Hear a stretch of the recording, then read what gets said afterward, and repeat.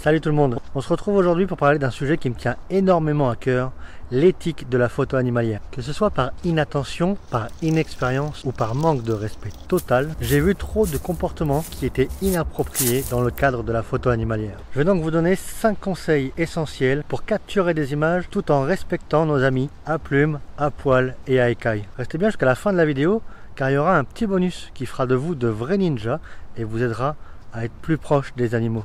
Apprenez vos sujets. Je ne les répéterai jamais assez, mais plus vous en apprenez sur les sujets, sur les animaux que vous souhaitez photographier, moins vous serez susceptible de commettre des erreurs. Par exemple, il faut éviter les billboards en sous-bois pendant les périodes de mise bas. Ce sont des périodes qui sont critiques pour les juvéniles et ils ont besoin d'un maximum de tranquillité. Alors c'est super important de savoir quand ça a lieu pour éviter de les déranger à ce moment-là. Spoiler alert, c'est de mi-avril à mi-juillet selon les espèces. Alors renseigne-toi bien.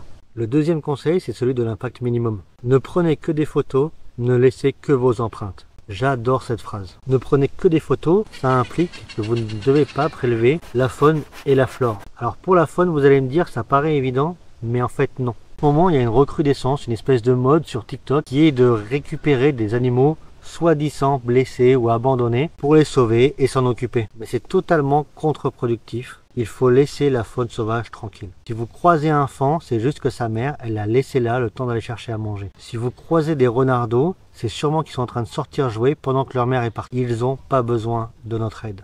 Si vous croisez un animal blessé sur le bord de la route, c'est une autre histoire. Et dans ce cas-là, il faudra appeler des refuges ou des centres de soins aux animaux sauvages. Par contre, vous avez le droit de ramasser les déchets. Quand je me promène, j'ai toujours une petite poubelle à ma ceinture. Donc c'est pas un sac plastique, hein, c'est juste une petite poche. Mais c'est vraiment utile pour y mettre tous les déchets que je trouve pendant mes billboards. La plupart du temps, c'est des cartouches. Je dis ça comme ça en passant. Donc pensez vous aussi à récupérer vos déchets et ne laissez rien. Donc mon troisième conseil, c'est de rester discret. C'est important d'être discret pour éviter tout dérangement et éviter de faire fuir les animaux avant même de pouvoir les photographier. Alors c'est pas toujours évident, mais du coup je vous donne une petite méthode à la fin de la vidéo avec un moyen mnémotechnique super simple pour s'en rappeler. D'ailleurs, pour ne pas rater la prochaine vidéo sur comment trouver les animaux sauvages, je vous invite à vous abonner. C'est gratuit, ça me fait plaisir et ça vous est utile.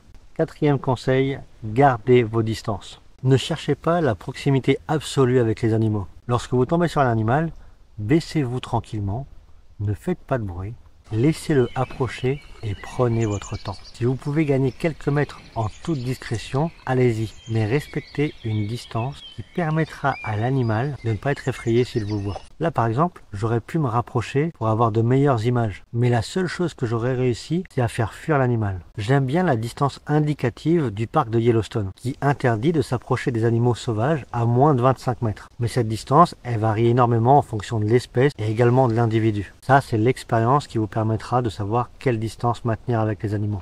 D'où l'intérêt de l'affût, car là c'est les animaux qui vont imposer leur distance et parfois c'est très proche. Bon là en billboard, fallait pas rêver, mais au moins je l'ai pas dérangé et ça c'est vraiment le plus important. Dernier conseil avant la technique et l'exercice qui consistera à gagner grandement en discrétion, n'appâtez pas les animaux.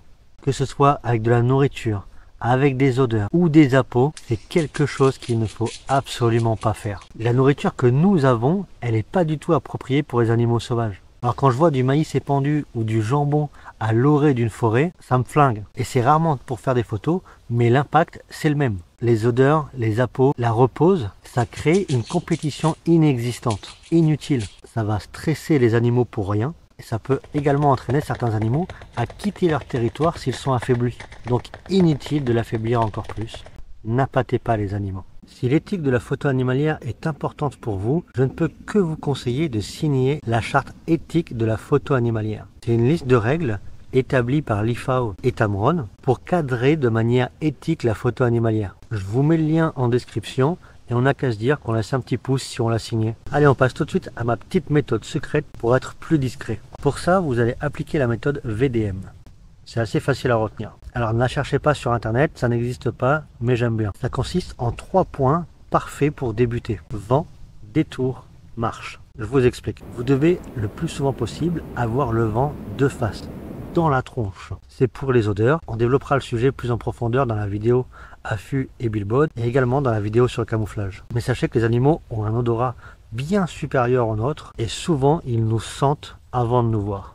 Et le fait d'avoir les odeurs de face, ça évite que les odeurs partent en amont de là où on va aller. Le D, c'est pour détour. Vaut mieux faire un long détour et longer l'orée d'une forêt plutôt que traverser un champ ou une plaine. Les animaux, ils vont vous griller de loin et se barrer direct. Et enfin, M pour marche. Faites attention à comment vous marchez. Évitez les branches, les feuilles mortes, les petits cailloux. Et ayez conscience de votre corps et de votre équipement.